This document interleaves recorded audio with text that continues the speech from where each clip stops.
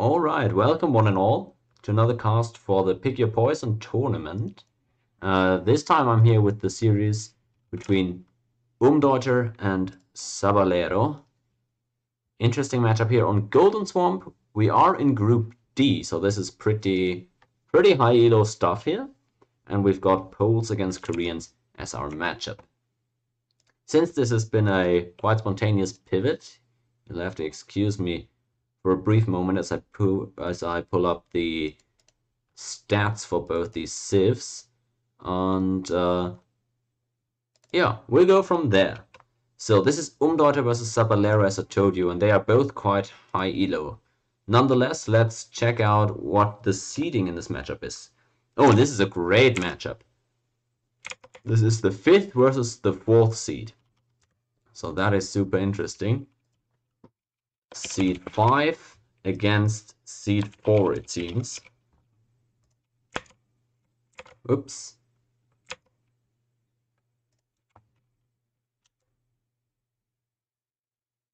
Oh, I must have paused that. I didn't even notice. Either way, this is the 4th versus the 5th seed. Oh, I got it the wrong way around though. Umdeuter is 4, Sabalero is 5. So, yeah, there we go. Golden Swamp. I'm completely with you, Silver Python. This is a great map. I love playing that. I wish it was in the map pool for the ranked ladder more frequently. Now, oh, I don't have the game sound on. I hope the audio balance is fine there. Didn't do any testing now, but either way. Holes for Umdeuter. So let's check out the Civ Bony real quick.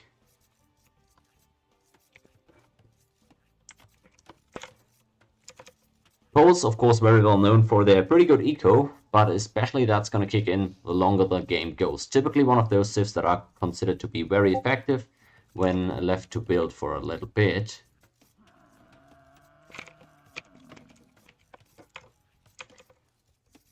They've got, of course, the gold bonus, which is, well, they generate gold while mining stone. They also have the full work, which, well, boosts their farming production, so that's why I'm saying they are pretty potent in terms of late game eco there once the farms start piling up. Also, they are just, well,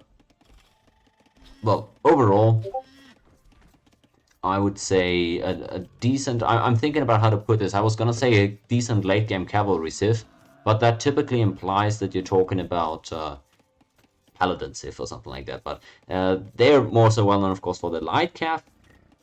And then, since the farms are so strong as well, the food eco is just a really nice synergy backing up those light cav bony. You can see, although even the cheaper knights, when researching the privileges, can make them a pretty good knight option as well. All of that, though, largely focused on the later stages of the game. So let's check out the Koreans on the other side, who are somewhat different in that regard. Even as Pole, you don't want to mill first, is what you're saying. So you're saying you always want to dock in this situation, I assume.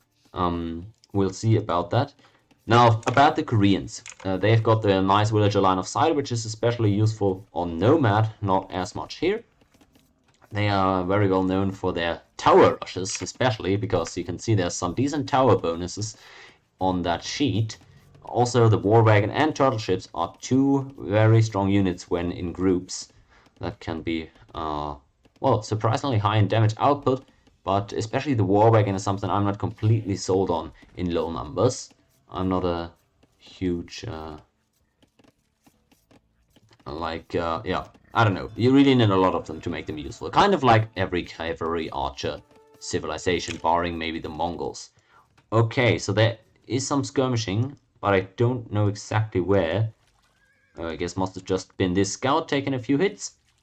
We have an interesting middle dock coming out from Umdeuter. That's the Poles.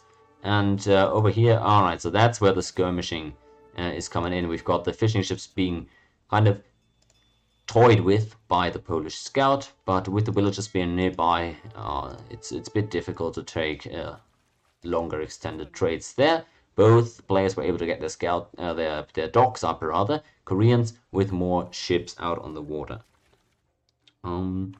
There's even 3 villagers here in the middle for Sabalero. which is surprising, I agree on that. He's also the one able to click up to Feudal Age first. Yeah, look at this. Some real trouble there for Umdeuter in the eco. Maybe a bit of an imbalance. He's probably being distracted in the middle here. And look at this. He's frantically walling, but also at the same time being walled in. That's the power of bringing more villagers.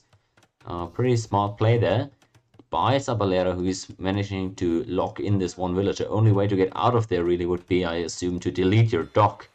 Which you don't really want to do, although there's still one space that, yeah, he's now spotted and locked the poor guy in there. So it's an awkward spot to be in here for Umdeuter, losing that one villager early, effectively at least, and also late to Feudal Age, of course, so maybe the Koreans can make some good action happen here early on. It's looking pretty interesting. You don't like that forward dock at all. Well, I'm not sure why he put it there exactly, but he's going to be late to Feudal Age, so it's not like he's in a great spot to win the early naval war, even losing the scout. So this far, it's just not been any success for Umdeuter, for Umdeuter is what I was saying. It looks like he's about to try and make a break out of this here, while I still have the Korean overview up on screen. Apologies for that. Yeah, you just pointed that out again. Thanks for that, but luckily I noticed it as well. Now, as we get in the real exciting phase of the game, hopefully we're not going to miss anything with that Civ overview blocking it. And Koreans going into galleys here first and foremost. Of course, the turtle ships don't come into play until Castle Age, so going for the galley is understandable, but being housed really hurts them here in terms of making use of the double dock. Effectively, he's just been working on one dock for that first galley that has come out. Kind of struggling a bit with the wood income as well, so it's not like he can spam out these galleys at this point. So kind of only 2 galleys ahead as he reaches Feudal Age, whereas the Poles, they're now there as well and going for the fire galleys instead, and with a trade cook, demo raft queued up as well. So they're trying for the lower numbers, kind of puncher's chance type of build here. Early on, the galleys in low numbers struggle a lot against fire galleys, and we're going to see that as the first one is about to be produced here from Umdeuter's home dock. Maybe he's going to be able to take out a few galleys here if Sabalero isn't careful. If he's microing that properly, it could still be fine, but there we go. First galley comes out, as one fire galley has also been produced in the front, and this is a difficult fight to take for the Koreans. That's why it's getting a bit awkward. You want to deny the enemy fishing space, but for now you just gotta hit and run with your galleys. Now he's the one actually getting his fishing ship pressured here at the top. That is pretty interesting fight here that's developing. And as you're saying, the galleys are maybe a bit awkward on this map in general, because there's not a whole lot of space really. And the single demo ships, or not demo ships, but even the fire galleys have an easier time of chasing you down really. Also the land units can even attack the boats on this map, because it's mainly amphibious terrain there. So it's a bit of a struggle, and now we see the pivot from Sabalero as well, going for the fire ships there with the Koreans, taking some decent trades. Overall, the KD is still pretty even here between both of these guys. And we hear constant alarm noises with the fights prolonging here. Fire ship popping out of the deck here shortly, I would imagine. Although it looks like he's... yeah, there he goes. A bit late on that fire, honestly.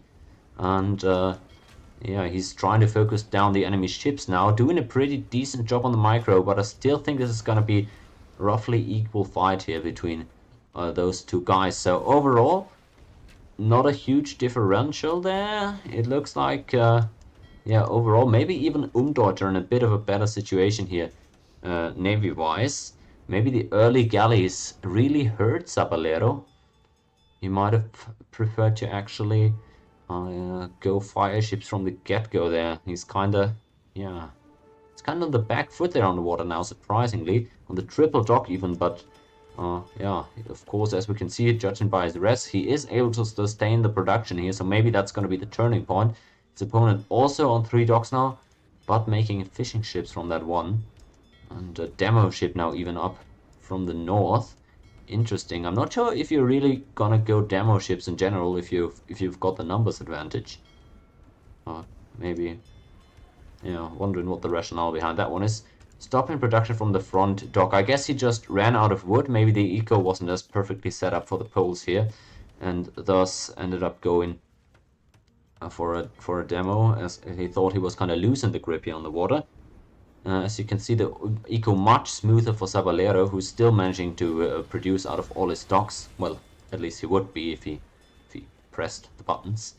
But he's again now taking the control back, so it's very much a kind of not sure what exactly that's called again. It's swinging back and forth like a pendulum here, the momentum in this one. And 3 scouts been made by Umdeuter. You're exactly right. The eco balance wasn't exactly right for naval commitment, but maybe that was by design. He was looking to make something happen with the scouts, but as we saw earlier, the stone walls from the Koreans protecting the one side entirely, now even walling off at his TC, but didn't do the homework, and the scouts break in through the gate. That's gonna be a villager kill, most certainly. If the micro is good, get in front of it. Alright, Sabalero does a good job saving her, but Umdeuter could have definitely gotten that one with some better unit management. And the Koreans completely distracted here. He's kind of a bit slow on the response. I guess maybe might have been distracted by the water combat here, and that is some decent value here. At least gets a villager kill with those scouts, and just barely not able to break into the gold, but now finds the berry villages. It is chaos in the Korean space while they're trying to snipe that dock. A demo ship at this point would have been the better idea for Umdeuter, but he's been getting some fine value out of those 3 scouts. I think breaking in there, making the Koreans scramble a bit. Overall, really good job walling there from Sabalero, but he's still a bit open here in the corner, so that could be punished later on. And he's struggled a bit clearing up those scouts. Overall, he's gotten control of the middle, but this could be a good demo here. Juicy, alright. Of course, it's not an upgraded one yet, but was some good damage off of that one. And overall, I mean, Umdeuter, maybe his build wasn't as clean, and maybe he didn't manage to win the major engagements, but he's gotten some really good trades on the micro level with the few scouts and with the few demos that he's invested in. I feel like those have kind of paid off in terms of value, and thus he's actually up to castle age about half a minute before his opponent here. And the close seeding between those guys really reflected in the gameplay. So far, I couldn't tell you who really is the favorite in this one and who's been performing better. Sabalero got off to a really good start, but then with the galleys, I thought kind of threw away that lead that he had gotten. Now trying to repair those ships, it's a good investment of a villager. And only the palisade walls for Umdeuter, so he very different from Sabalero, who of course, as the Koreans, has that stone mining bonus. Who chose to go for the much safer stone walls there. The idle time, you're absolutely right. I was praising Sabalero's build, but you are right. The idle TC time of 4.5 minutes is more than noticeable at this point. It's a 9 villager lead for Umdeuter. I apologize for completely missing that. All the fishing ships have been cleared up at this point, but you're right. That TC time I didn't even touch on yet. I just saw the docks producing at every moment, and I thought, wow, that's a good eco balance. He's really keeping his buildings working, but the main one in the middle has kind of been idle for way too long. So Sabalero, alright, might not have been as clean as I had let on. And he's kind of struggling for food now as well. Doesn't even have any farms yet, no horse collar. At least has that 1 buffalo remaining that he can now pick up with those villages after hitting castle age. But it's not like he can drop 2 TCs and start pumping out villagers, whereas the Poles are in a much better position to go for a boom here. They are putting up that 2nd TC already, almost done with that, and with the full work they can definitely sustain a 2 TC production here. Now they are losing priority over the middle, and the Koreans are probably looking to drop a castle there if I had to guess. Because 710 stone, all the villages, I mean, where are you going to drop a castle if not in the middle? There we go, he's gotten control with the ships, and that's the only logical consequence. I kind of feel like typically you want to drop your castle more towards the edge to really establish water control for good. But with the Polish knights coming out, it's not even guaranteed that this castle is going up. But as we've seen time and again, the knight players tend to sneak around the actual pond area, so to not get spotted. And thus, he might be late in order to try to save this. Although he's now spotted the villagers walking forward with the palisade walls from the middle there, which is kind of fun.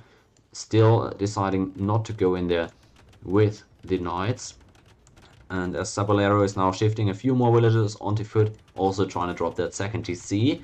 Still, he is decidedly behind Umdeuter in terms of economy. He's gotten the map control in return, so it's not like he just gave up the eco lead for nothing. But I wonder if that's going to be enough, because the Poles getting to their well, 40-50 farm eco safely is not what you typically like to see.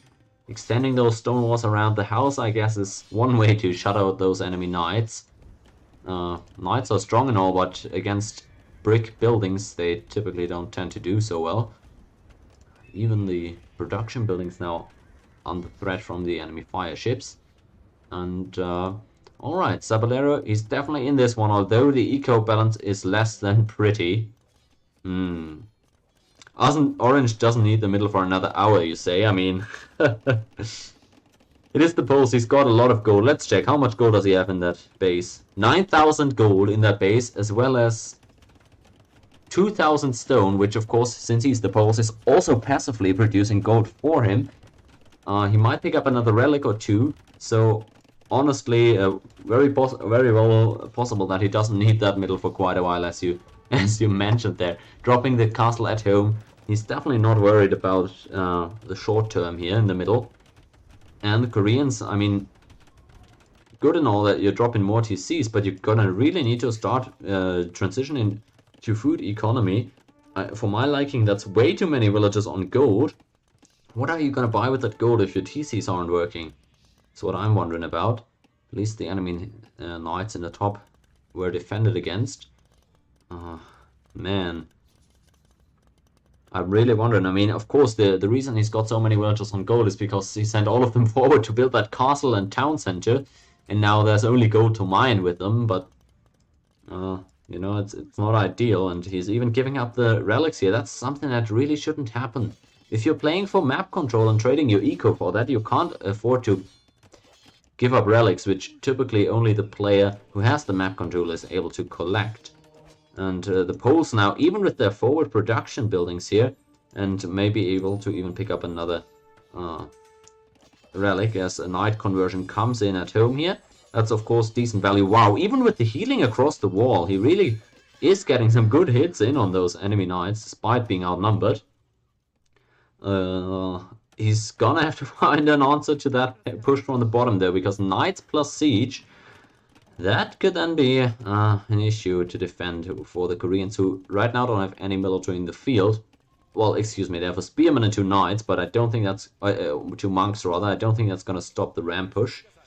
So he's gonna need to have some sort of reply once they get rolling. Of course, he hasn't scouted that yet, so I'm not blaming him for not responding necessarily. But so far, this thought process for Sabalero is clear. He's saying, alright, I've got a few monks. I'm definitely covered if the enemy just sends knights at me, and I've got the stone walls to hide behind. Only issue is those stone walls might not be around for much longer. Eco numbers now at least, well, the lead didn't propel out of control here. Umdeuter still about 17 villages up, and as you can see, the idle TC time now kind of climbing steadily for both players. 4 TC up for Koreans, but again, still just 10 villages on food. Sabalero barely able to keep 2 town centers producing, so we really can't, we really shouldn't overestimate the boom that he's able to put up with that additional town center now.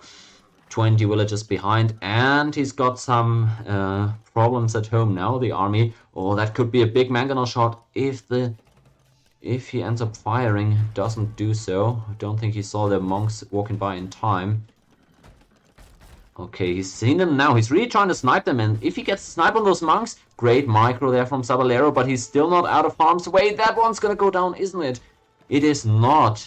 Just barely able to escape the shots there, and good attempt by Umdeuter. That would have been massive getting those monks, but he's nonetheless been able to break in here with the rams, and they're kind of like, okay, we're in here now. What now? That amount of knights is gonna be critical mass, though. I think that could be a huge impact about to strike those Korean villagers. Run, guys! Oh no! Oh no! That's not what you like to see. Oh, he's all getting cleaned up, even his monks. He's not even using the castle to garrison. I think this is the game-ending push, my friends. That's an eco damage that I don't think Sabalero is in a position to recover from, especially because he's got no way of repelling those knights from within his eco. And I don't want to be overly early, but I don't see him coming back from this one. His entire food eco is now idle. Can't even build up those villages again. And that castle is also done for at this point. Even 1,000 food still in the bank for the Poles, who could up to imp at any moment. And Sabalero realizes this. Again, this might have been game 2 already, I don't know. Either way, Umdeuter takes this map.